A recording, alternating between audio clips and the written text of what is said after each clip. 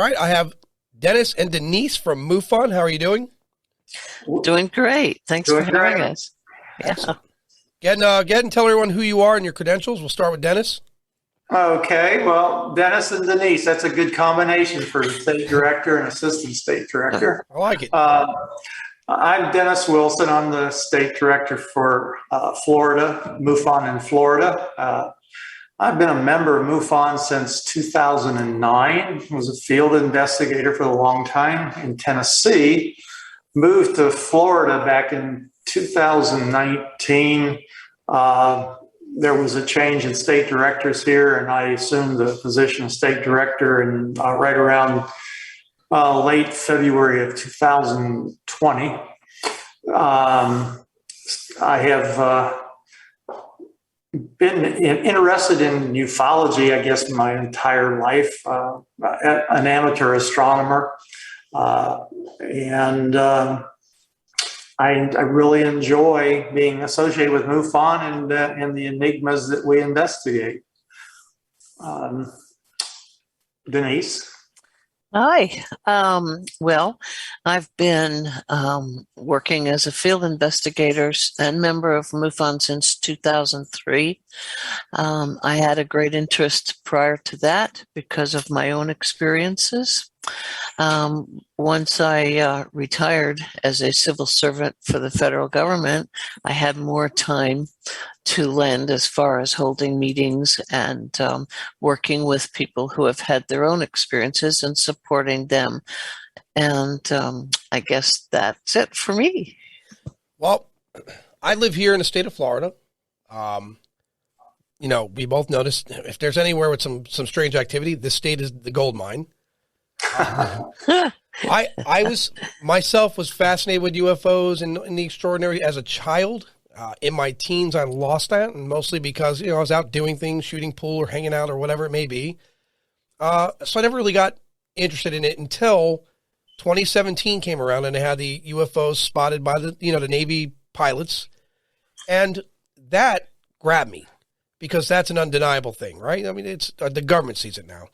Because the old me was, and I say it a lot, in the cage or dead on the table. It's the only way it's going to be believable for me. But what I'll talk to you guys about tonight, and I'm not going to go too deep into it. I have a theory, and I'm bouncing this off several people. My theories, I'll be simple, and I've said it in, with more length than another podcast, but as far as gray aliens go, I have the belief that they're robotic with a consciousness uploaded, or something developed, by an extraterrestrial, like an advanced AI, either way with a consciousness upload, and that we're under a long-term study is why we don't have direct contact. Because again, and to use this other theory is, if we were walking around Grand Central Park and we saw an ant colony using combustion engine cars or flying planes or throwing bombs at one another or whatever it may be, we would close that park and watch it forever. To watch how that unfolds. We would want to see the evolution of that colony. So in that theory being said, I guess we'll ask, what is it what is your theory on what the grays are? Well, I'll step in and go first. I had my own experiences for years.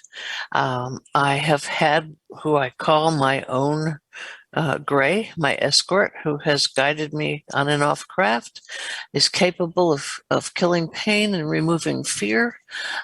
Recently, I realized that he had aged, although no one else might notice that. That's a tall gray. I saw smaller ones up against a wall, and they didn't move unless ordered to do so, and I would consider them robotic. And that's exactly the ones I targeted, the smaller ones, because they seem to be, from all the reports I've read. And again, I wasn't really deep into this until COVID came around because, well, I had time. And it fascinated me. And what I read about the smaller grays is that they're hard to distinct from one another as far as personal, right? No real emotions, no birthmarks. So again, with the lack there of I guess we'll say autonomy, they gave me that idea. They're robotic, and that's what put me down that road. But I haven't gotten into much discussion about the tall ones. I haven't read enough about it. In fact, that's the next thing I'm going to get deeper into are the taller ones. And they seem to be the ones that everyone keeps claiming to be the biology version, and that their smaller ones are controlled by them. Whether it be like telepathy or what I believe telepathy is, and now that our technology is catching up, is their form of Bluetooth, like an advanced form of Bluetooth. That's an interesting thought. Of course, anything that I say or Denise say are our own thoughts. They really don't reflect those officially of MUFON. But the fact that you think that the grays are a product of AI, I mean, if you look at where we are with AI today, you look at what Mr. Musk is doing with robotics and what other countries are doing with robotics, it's not a really far-fetched idea that some of those grays could be a product of artificial intelligence, robotics. The other theories that I've heard besides that, and then they really get out there, and Denise can probably tell you. I mean, you hear about portals and interdimensional rips, and whether they're from another dimension or not. I don't know.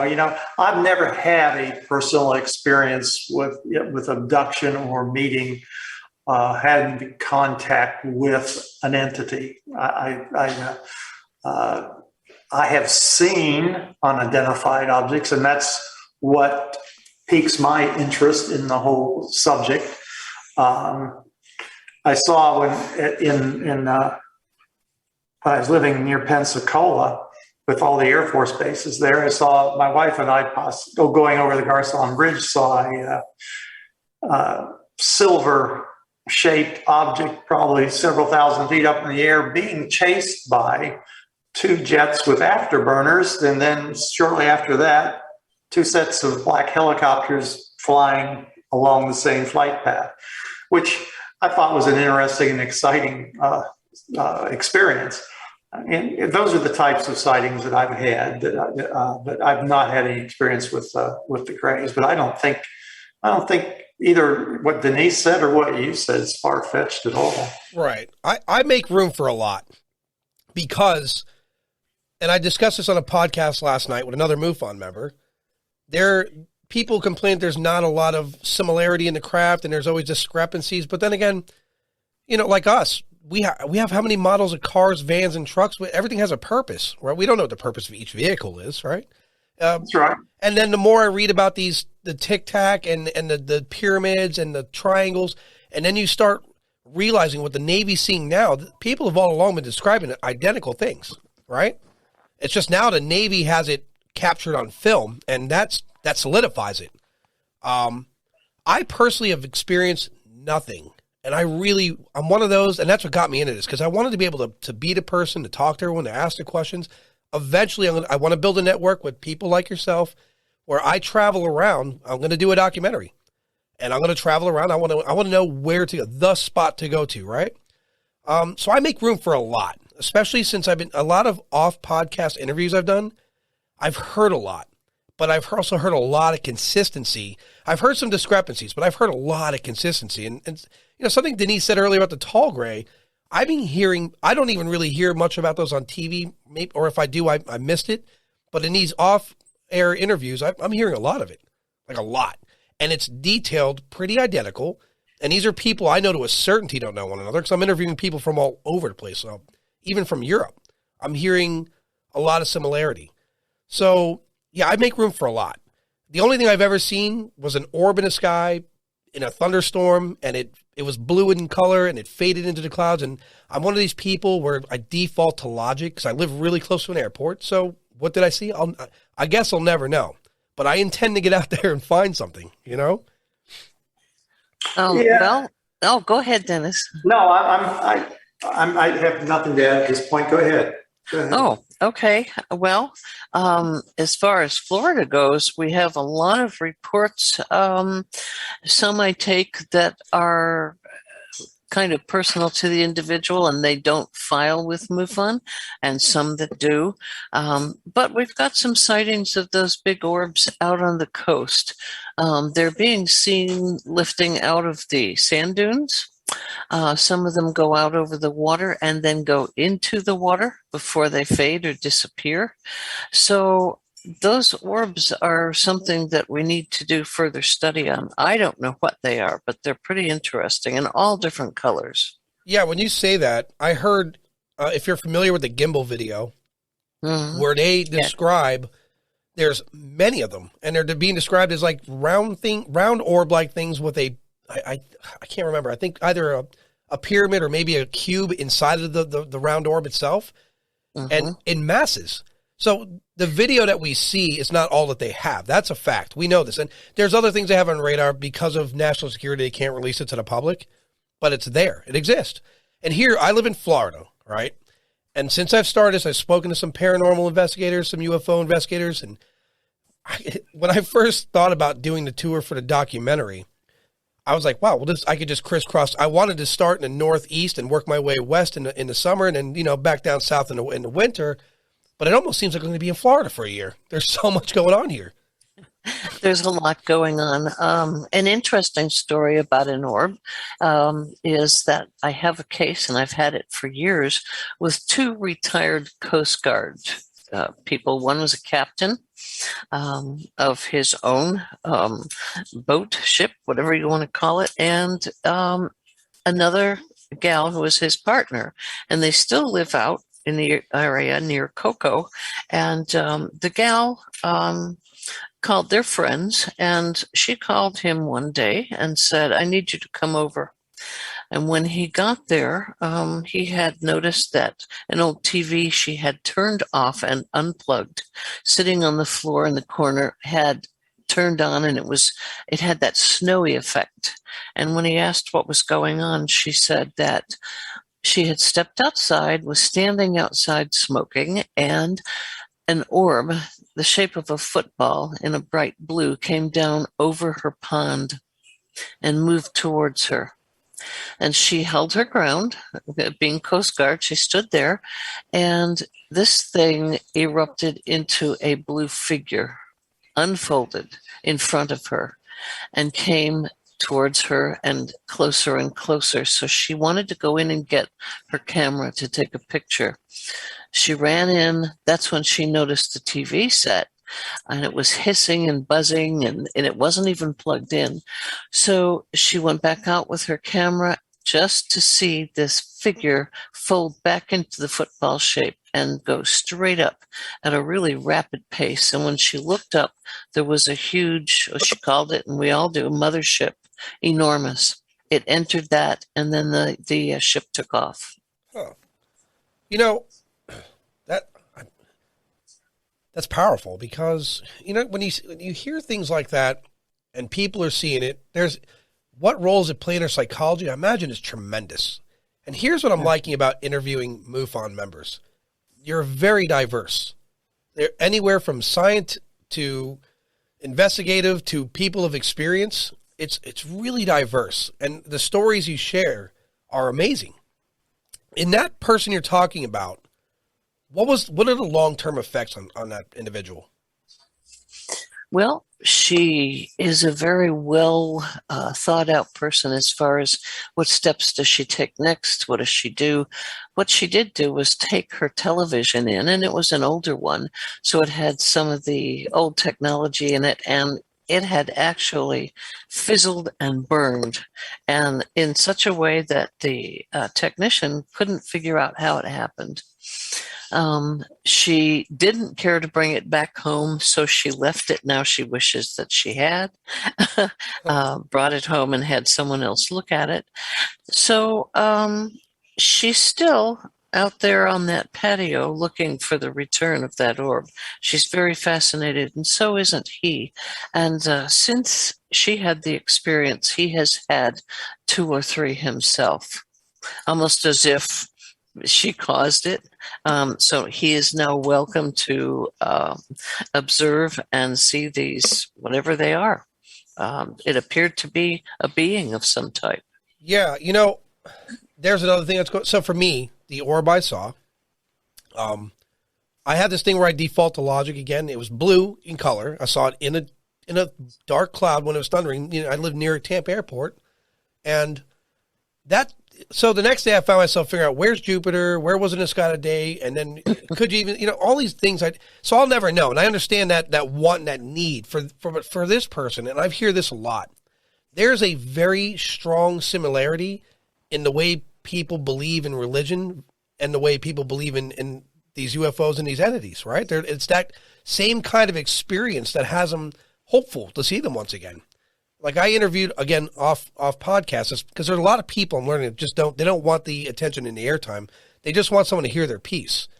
And she witnessed a UAP, and she didn't get to see it great. She's had a lot of things she's seen in recordings, but this one particular time she was telling me that she saw it go up beneath the water, and almost like she was like speaking to God, like, I guess you're not ready for me to see you right now, and I understand.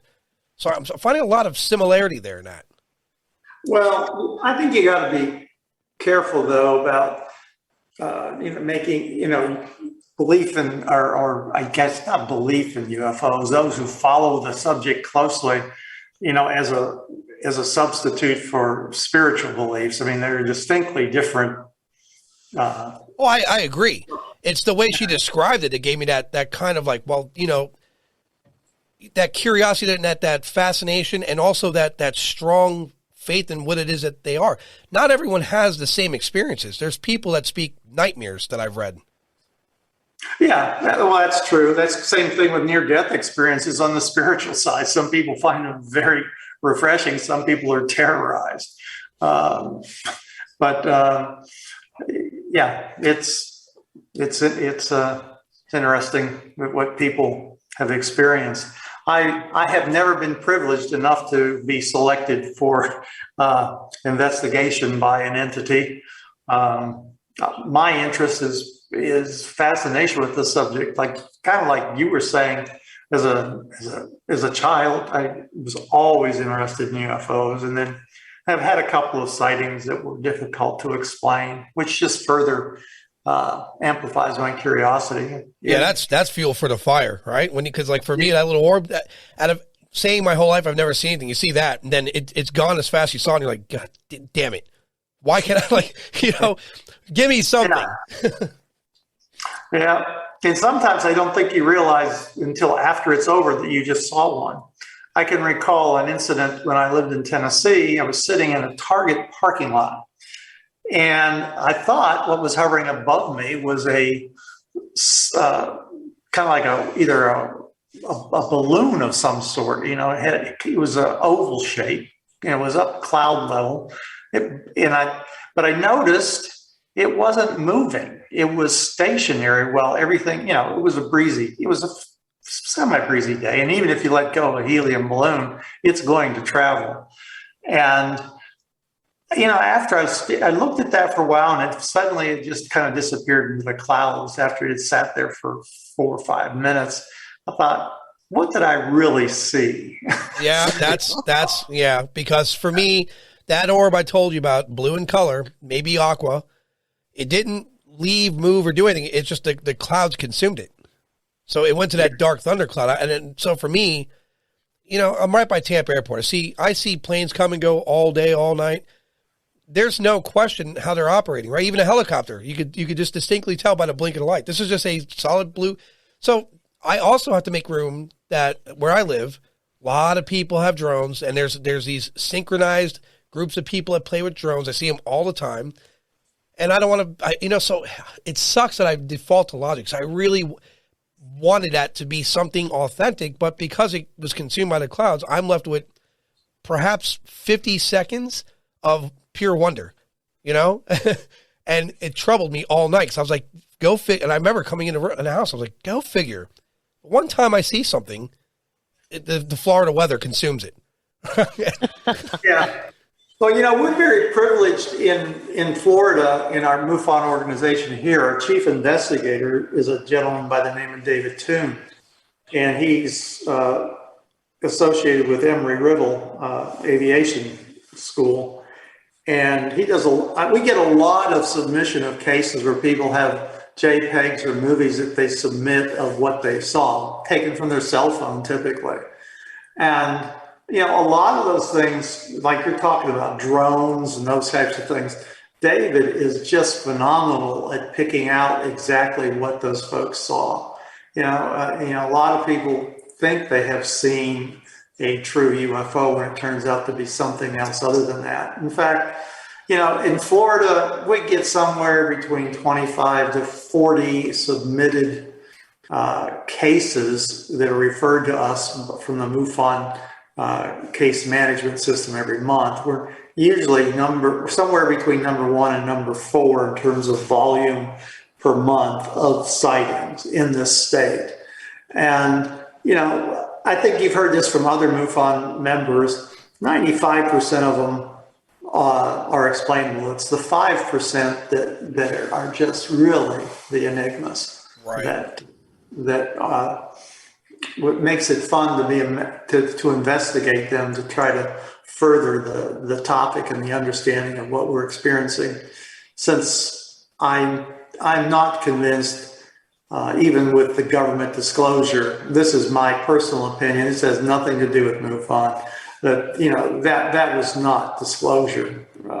There's tons of stuff I think that was withheld. I was just saying it. That was them stating things. All right, so again, the undeniable things the military captured, that was them stating that, and that was a safe disclosure. It was really, I said this before, it's really safe. And then they spoke in the narrative, and then they switched subjects, and then it was done. All they did was disclose the fact that, they're recorded, and we don't know where they are. And, oh, well, I don't think the government should have to tell us everything when it comes to, like, what we're doing to combat our enemies as far as, like, technology that we're developing. But if there's something out there, there's no harm in saying, look, it's out there, we don't know what it is, and, yes, we make room for the idea that they're not from here, and we will investigate it further. They didn't even say that. So they didn't go that. They didn't go there with it. And the other thing that annoys me about it is their assumption of the level of gullibility of the public. These sightings that are being captured by, with the advent of cameras and cell phones, I mean, there's just a plethora of sightings. And for them to say, the type of movements that these objects are making, my son has his doctorate in physics, and he's at the University of California. And I'm not saying as a scientist, scientists are the biggest skeptics probably of everyone that has anything to do with it. Well, that's in the job description. I gotta till I have it figured out. It's theory. But he will admit that the movements that he has seen and what the government has disclosed in those photos, the physics of it, given what we know of our knowledge of physics, it's not possible, not with what we have. Right. And, that's what sort of annoys me about government disclosure, where they say, we can't rule out Chinese, we can't rule out Russian. Well, if they have leapfrogged and redefined the known laws of physics, then we are in real trouble. I don't think it's them. I really don't. Yeah. Yeah, it's, you have to put together the scientific, the technical, the whole works of that. But then when you get many someones who say they have been taken aboard one of these crafts and can begin to give some detail as to what they saw and what they understand from it, how they were affected by it, the true abductees, or we call them experiencers now, will absolutely say no one and nothing can convince them that where they were and where they visited doesn't come from another place. It's a very confused area to investigate, to support people in, and to try and figure out what's going on all the way around. And did you notice that the government totally ignored the abduction phenomena? Yeah. Yes. What Denise said, I don't like calling them abductees. They sound like victims. I like calling them the experienced. Whenever I speak to anyone, whenever I'm interviewing, outside of podcasts, I ask, are you of the experienced? Because, you don't want to put them in some category where they sound like they've been a victim. Not everyone shares the same experience. So when you're calling one abductee and another, they might share different experiences. One's frightened, the other one's, they're open to it. They're compelled to go do it again. So the experience is a safer way for me to state that. And then there's something else I noticed too. The difference described from the inside of the ships the people are upon and the ones like, say, Bob Lazar was privy to. And so that's where the separation comes for the robotic smaller grays, because the one Bob Lazar describes featureless, no buttons, no knobs, almost sterile, because something that's not biology wouldn't need any of that. And if they're controlling it with their version of Bluetooth, no real reason for knobs and switches and etc. But the larger ships, consistently, I hear that's more of a living quarter.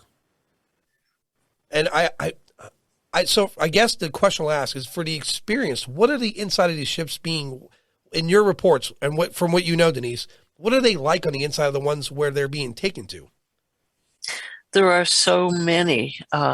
There's one in particular that we're beginning to investigate, where the individual who has had the experience will say, this is operated and run by something that is biological, organic, and mechanical, and that it has chosen to do what it's doing. And it's a part of a pod, a group of them that, again, can communicate, connect with each other. They know where everyone is, and they belong to a big, giant mothership. So that's one type. Then we've got one that was first seen in the UK. They call it the Jellyfish, because it morphs and changes and matches the sky and the clouds, the storms. It's hard to keep up with. And why do we get to see those? Some of us think that our own technology, such as our cell phones, all the devices that we use, that reach a certain peak and expose these. Right. That makes sense. Again, for what you're saying, here's for people listening that are like, wow, that sounds, outrageous, but here's the reality. Look at our military, the different vehicles we use. There are some made for reconnaissance, where they're there to just observe and they have to be stealth-like. Then there's the larger ones where you take people aboard for whatever reason may be, right? So again, I go back to the cars and vans. They're an advanced technology, no question. So they're going to make different models of their vehicles, right? And, 2021. So they have a brand new 2021 such and such, right? It's the brand new one with the whatever entertainment they have, You have to make room for that, because you don't see a 57 Chevy running around and people are like, what, is that new? No, there's no question what's new now. It looks very different from then. True. So that's true. Yeah, you have to explore outside that. So many people want this expo. There's so many differences and variations what they're describing. Well, no kidding. Go get a 1980s Toyota Camry and put it next to a 2021 Camry, and guess what? They're not the same thing, right? No. So not even close. Right. So you have to make room. So what you're describing about the jelly ones where they're disguising themselves, that sounds like reconnaissance. And then the larger ones where they're taking people aboard, that's further up where it's already out of reach. No reason for it to behave that way, right? They all have their own, just like our military, how many different vehicles and different purposes that they have. It's crazy. It is. Yeah. So many styles and models. And I think it also has something to do with how far a distance they've had to travel to get here. Yeah. There's a lot running around, like biological life roaming through the vastness of space. I did hear, and I keep going back to this, but I heard on Lex Friedman, a scientist, state it would take 10,000 generations for biology to have a ship large enough with the resources. But the more I'm doing this now, and the more I'm talking to people, and the more people I interview, there's a lot of possibilities. Again, if they're back to the ants, right? We find that ant colony in the middle of Central Park, amazing, and they're doing amazing things. We're not going to disturb them. We're going to watch that unfold. And we don't want them privy to us paying attention. So we're going to keep our distance and observe them for how long? Probably forever. It's interesting. So again, like these sightings that even from ancient times where people describing things in the sky, this could be a long-term study. And we might not even my lifetime anyway, even be able to speak with them because we don't know what their agenda is, truly. Which rolls me to the other question. what is it from you and from Dennis? What is the belief of why they're here? Because that what I stated just now is my theory. Dennis, you want to go first? Me? You. Yeah, I mean, I know that experiencers, since I've never been an experiencer, I made my career as a business person. I was a chief information officer, a technology officer at several large corporations. So I don't look at their observations as totally benign. I guess I always think there's an agenda behind it. So you're asking me what I think the agenda is. Well, there's two possibilities.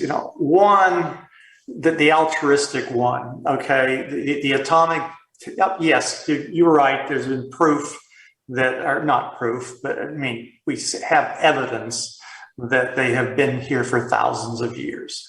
Okay, and in that case. When we started exploding atomic and hydrogen-based weapons in the 40s and 50s, there's a thought that there were consequences to the galaxy, if you will, in terms of ripping the space-time fabric. And in that case, they're keeping a watchful eye on us. To make certain that we don't do something absolutely stupid. So it's for their own benefit and probably ours for self-destruction.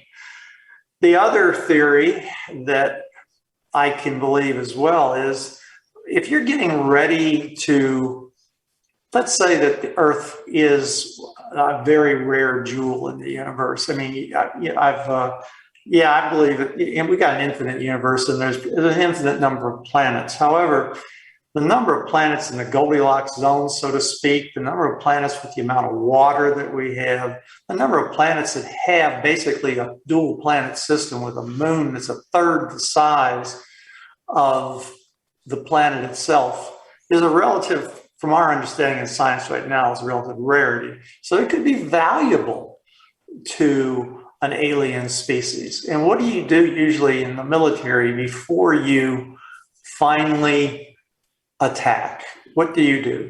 You what? You observe the weaknesses. Yes, probe weaknesses, you do reconnaissance. And what do you find a lot of these vehicles around? You find them around military installations. Yeah. You find them around nuclear power stations. You find them around aircraft carriers. So you find them around missile silos where they, as you recall, the incidents in the 60s where they shut down the Titan missile complex in North America. And the Russians got launch almost down to 2 seconds before it was stopped. It was out of control. I just recently learned about that. I didn't realize how close we were to it. That, So that concerns me. So, as somebody that looks at that, yes, I mean, people that have had experiences have very positive ones. So does that mean that there's, and I will refer to Denise, who is the expert on this, there are probably a variety of, if you will, extraterrestrial species that have examined this planet. They all probably don't have the same agenda. Right. And that's my opinion. That makes sense because if there's biology is going to have an agenda. If my theory holds weight and they're robots with consciousness uploaded, they're basically immortal and need no resources, and everything would be for the state of study and some record. Who knows? If they did travel here and they're robotic and there's a home planet, wherever that may be, great distance, they would probably have several entities out there watching several planets. I said this the other day. If we were with NASA or SpaceX or whatever, we finally start traveling, we find another planet in our Milky Way, and we find some species of humanoid or whatever it may be, and let's say they're in their Stone or Bronze Age, and of course we'd observe. It would be very interesting. Wow, there's life here, and it's in their Bronze Age, and we're watching the Roman Empire unfold once again. But if there's resources there, because of the biology and what we are as a species, you better believe we have an agenda, and we want that shiny stuff right away. If you're on a planet that's dying, the species, if you make the same mistakes that we're making now in terms of poisoning our own planet, and you're looking for something else, this might be the place to look. I don't know. Yeah. Anyhow, I think Denise would have probably a really vastly different take on it since she is an experiencer. So I'd love to hear. That's the beauty of diversity, right? That's what I love about it. Go ahead, Denise. Right. Yeah. Well, my take, first of all, this planet is an oasis. If you look at all the other planets that we have been able to see from here, we have the minerals and the water and you name it, we've got it. They're going to want to come and use it when they're in this galaxy. So that's part of it. The rest, I am of the thought process that they have had removed all of their emotions to the point where they thought they would work better without having strong emotions. And now they've discovered, I believe, that they want some of that back. They want some of what they had. And so they're rewiring themselves along with us to see if they can better all the species. They're taking DNA, they're working with it, and I think that's another part of this whole puzzle. Right. Yeah. If you want emotions, by all means, borrow the human DNA. You'll find a bunch of them. You got it. Yeah, that's for sure. Yeah, I mean, it's unfortunate. I keep saying this a lot, but as a species, we're failing. We still have, it's 2021. How are we still racist? How is that even possible? How is that even possible? How is our technology advancing, leapfrogging us in comparison, right? It's sad. We have so many divisions, so many lines in the sand, reasons not to like one another, and, blue flag, red flag. It's nonsense. An advanced civilization from anywhere that traveled anywhere, whether it be biology or robotic, they've got that sorted out because they didn't make that jump, without figuring out how to operate as a species, or otherwise they'd implode on one another. It's sad. It's very sad. It seems like genetically there's some sort of a gene in us that makes war something that we're interested in. Yeah, I'm pretty sure they call it the testosterone, right? Well, yeah, testosterone. Yeah, that probably has a lot to do with it too. But yeah. But the planet has a lot of that. But we're a very warlike people, and we need to start and regulate that. However, some of the people I speak to who have had experiences say they've been told there is a federation out there watching the universe, watching the galaxies, and protecting against those warlike species on other planets and from other planets. And there are very few in existence. It's more of a peaceful place out there, and they don't want us running loose with our spears and arrows and going and taking over what they have worked hard to bring to fruition. A couple things. I have to believe that. Why? In watching science documentaries, which people that know me know I watch constantly, I've learned that what affects an atom here also affects an atom elsewhere almost simultaneously. I'd have to reference the documentary. But that being said, if we're shooting off nukes and who knows what we're experimenting with, that we'll never know, right? I mean, we're right now we have atoms running each other in a controlled environment. So we think. Right? Yeah. That's cause for concern. And then I go back to military. If we, again, found a planet, primitive or not, and we were observing this, we would send representation there. We wouldn't exactly go there ourselves. It would, and like Dennis stated earlier, if we're going to do that, it would be probing for a very long period of time. We'd have to weigh the balances. Like what's in the plus column for us going here to interact with them, and or if there are resources there, where are the best sources at where we don't have to really deal with them and they don't know about us? What's the best way to do that? And, if they have the technology, why do we see a lot of these in the ocean? We don't go down there often. We don't know what they're doing. And if they are taking any kind of material, what better place? Because we have no way to deter that. We have no idea what they're doing or how to even observe it. We just know, like in the latest UFO video or UAP from the military, you see one where it's hovering over the water and it goes under, and you hear the military go splash, splash, like it went underwater. And it did it effortlessly. And we can't do that. There's a process for us. We go underwater. We don't do it at a certain rate. Our heads explode, right? So that's true. That's true. And we haven't even looked at the deepest depths of our ocean, the canyons and what is living there.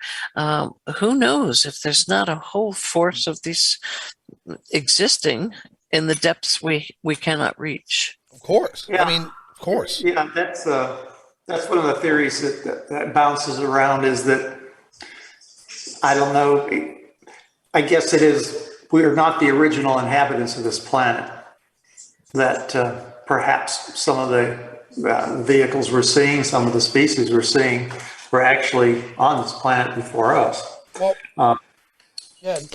good. Well, Dennis, to be fair, yeah, I think that what are we, 4 billion year old planet? There's no way we're the first species here. There's 4.5 billion. But we find fossil record of dinosaurs. Yeah. In other things, but in terms of intelligent species, okay, yeah, we've got Neanderthal genome in us, and we've got Denison, I think is what they're called, DNA. Oh, mammoth, the mammoth, yes. Yeah, the mammoth and stuff like that. But when you look at it, there's so many. Eric von Däniken may not have been wrong, in terms of why are there pyramids all over the world? Those people, I mean, the primitive human being, the primitive Homo sapien, didn't travel the entire world and place those everywhere, but yet it's a common shape everywhere. So, yeah, we're missing part of our history somehow. Yeah, if you listen to Graham Hancock, that guy hit some home runs. Like I've been listening to him a lot recently, and some of his theory about how the ice ages come and the recycling of the planet, et cetera, all the dismissal he gets, his points are pretty valid. And then it brings me back to like what we were just talking about. So the dinosaurs around, that's 65 million years ago. That's what we could dig up now. From millions and billions of years ago, that's, I don't know how many feet down into the ground. We haven't even dug far enough to find that. You know what I mean? I watched a video how the planet was made, I guess in theory on history, and by just listening to that lets me know the surface of this place is changing consistently and by major layers. So we don't know where. And hypothetically, another species was on this planet a long time ago, humanoid or otherwise. They're carbon now, dirt. There is no bones. There is no fossil. They're part of it. You're not going to be able to define that. So, yeah, I don't believe for a second we were the first intelligent life to emerge here. There's no way. Right. Right. I think we're the first to get away from here, maybe, right? We're the first ones to get off the planet. And thanks to the Elon Musk and guys like him, we're going to eventually live on other planets, and maybe our species will go on indefinitely, hypothetically, maybe, because there are companies that are coming into this thing now where what fed my theory, they're mapping the brain to upload and download. That's the goal. So you would basically live in whatever body you would choose, right? Whether it be a computer or an actual body, if we get to that point where we could rebuild and make, a humanoid robot that we could upload and download our consciousness to. We don't know yet, right? What we thought was telepathy in like the 40s when people are encountering these aliens, I now think was just their advanced Bluetooth. As technology catches up, we're starting to realize, well, all that wasn't nonsense these people are talking about. We just weren't smart enough to have that. Right. So, in theory, I guess in closing, and Denise, I wanted to touch on one other thing. Yes. In your personal experience, have you ever had a bad one? No, I had one that was questionable, but I couldn't find anything wrong with it after it was done with. And that was with one of the more reptilian types where I was taken somewhere, I think, near here in Florida, to an old hangar, and there were other people there, and they were giving some kind of lecture. I cannot remember what it was about, not at all.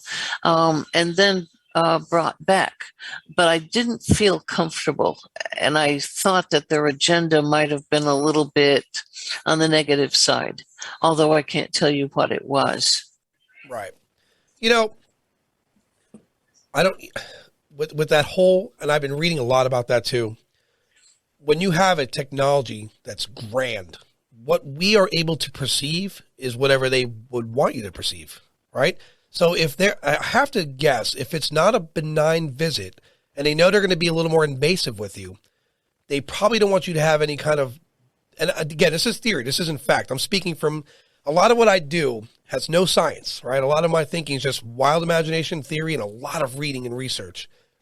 But what I'm getting from all of it is they could make you perceive what you need to perceive. So this way your experience with them as a whole doesn't affect our human emotions towards them, that they could probably manifest that. Now, again, there's no facts there. That's just something I kind of think and theorize, but I'm going to go down that road a little bit more.